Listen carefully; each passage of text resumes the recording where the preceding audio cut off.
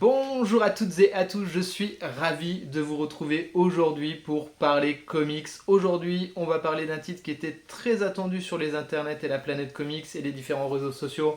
On va parler aujourd'hui de Dawn Runner qui vient de sortir chez iComics/iGraphic. Vous avez peut-être vu passer ce titre un petit peu partout en termes de preview. Il y a un plan marketing assez énorme qui est fait dessus. Et c'est le dernier titre de Ramvé et dessiné par Evan Kagel. Ramvé, vous le connaissez peut-être et probablement pour tous les titres qu'il a écrits, et peut-être ce Layla Starr qui avait été un gros coup de cœur sur les différents réseaux sociaux. Moi j'avais aimé le titre, mais c'était pas un gros coup de cœur, parce que je trouve que c'est un très bon titre, mais voilà, c'est pas non plus titre dithyrambique comme ça avait pu l'être à l'époque. J'avais beaucoup aimé par contre Graffiti's Wall du même Ramvé, une œuvre de jeunesse que j'avais trouvé vraiment touchante. Vous avez les reviews sur la chaîne de tous ces titres. Pourquoi je vous dis ça en préambule? Pour que vous voyez un petit peu mon positionnement par rapport à l'auteur. Je suis pas un fan de tout ce qu'il fait, je suis pas, voilà, c'est genre, ce mec là c'est un messie ou un génie, ni je suis à le détester ou à critiquer son travail. J'avais pas aimé par exemple le 10 Savage Shore, j'avais trouvé ça plutôt très bof. Voilà, ça c'est pour vous dire le positionnement. Et également ce Dawn Runner, j'avais pris beaucoup de recul pour pas non plus trop me faire spoiler, je voulais pas trop en découvrir, je voulais pas être dans une hype pour pas être déçu, donc je suis parti assez neutre sur le titre. Voilà, ça c'est pour le préambule.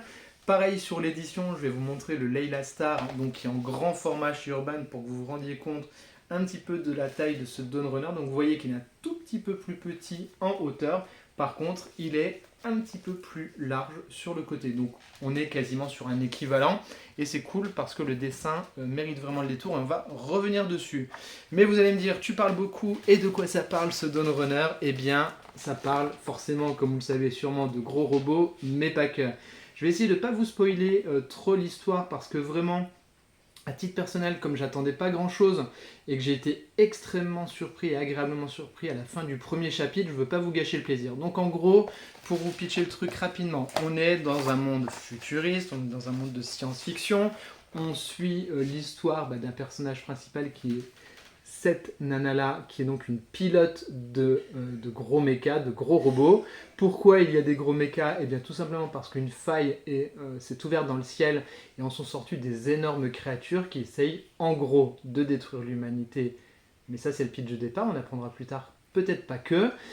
Et donc voilà, l'humanité est comme ça, vit dans une espèce d'enclave et il y a des énormes combats entre les mechas et ces espèces d'énormes monstres qui sont un peu, au fil de l'eau, devenus des espèces de retransmissions sportives. Au début, c'était une grosse menace. Toutes les nations se sont unies, ont mis toutes leurs forces pour développer des armes pour lutter contre ces énormes bêtes. Et au final, tout doucement, un énorme consortium a décidé d'utiliser ça comme un espèce de sport, comme une espèce de compétition. On va dire que toute une espèce de routine dans la société qui s'est installée autour de cette espèce de guerre permanente où finalement, à chaque fois qu'il y a un nouveau monstre qui apparaît, eh bien, des combats arrivent avec ces mechas, voilà un petit peu le truc. Sauf que un nouveau mecha va être créé par ce patron-là de la grande corporation, et la pilote star des mechas et qui réussit tous ces combats va piloter ce nouveau mecha qui s'appelle Dawn Runner, qui donne le titre aux comics. Voilà. Sauf que ça va pas se passer forcément comme on l'entend. Ça c'est le pitch un petit peu général, je vous en ai dit beaucoup, mais pas trop pour pas vous spoiler. Parce que les thématiques qui vont être abordées, eh bien on est dans une très grande œuvre de science-fiction. Si vous aimez le cyberpunk et vous aimez tous les titres de SF, style les Ghost in the Shell, si vous aimez toutes ces réflexions-là, vous allez kiffer. Voilà, le titre est vraiment excellent de bout en bout.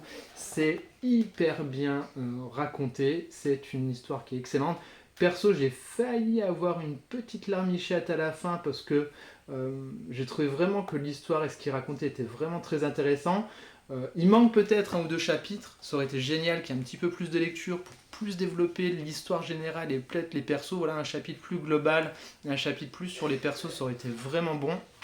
Néanmoins, ça reste vraiment un excellent titre. En termes de dessin, vous voyez, soit ça explose les pages pendant les combats.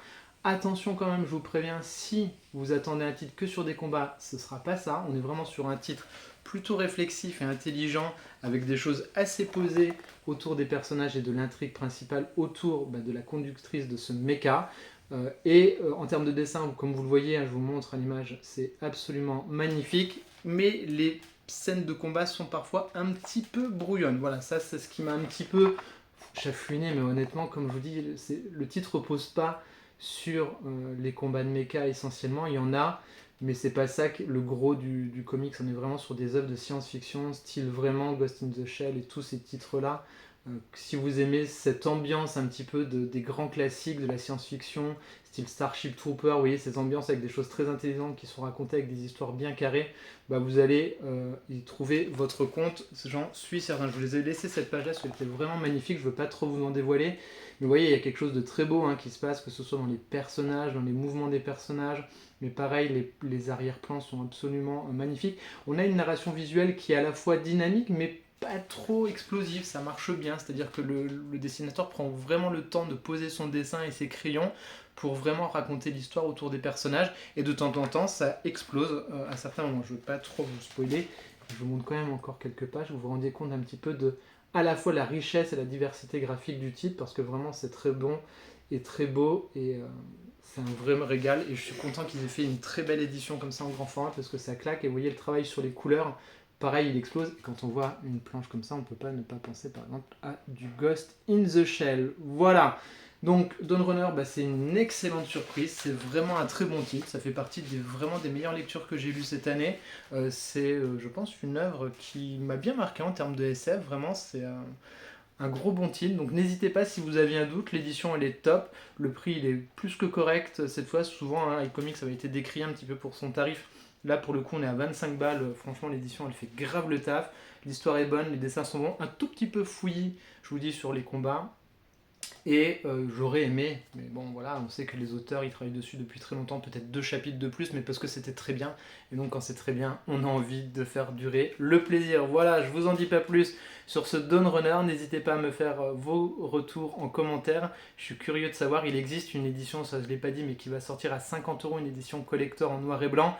J'aurais aimé pouvoir vous la présenter en plus pour faire le comparatif, mais c'est pas le cas. Mais ça, je pense que vous verrez sur les internets plein de gens qui vous présenteront leur édition collector. Voilà, si vous découvrez la chaîne avec cette vidéo, n'hésitez pas à vous abonner, à la liker, à la partager et à la commenter. Et moi, je vous dis à très vite pour de prochaines vidéos. Prenez soin de vous. Ciao, ciao.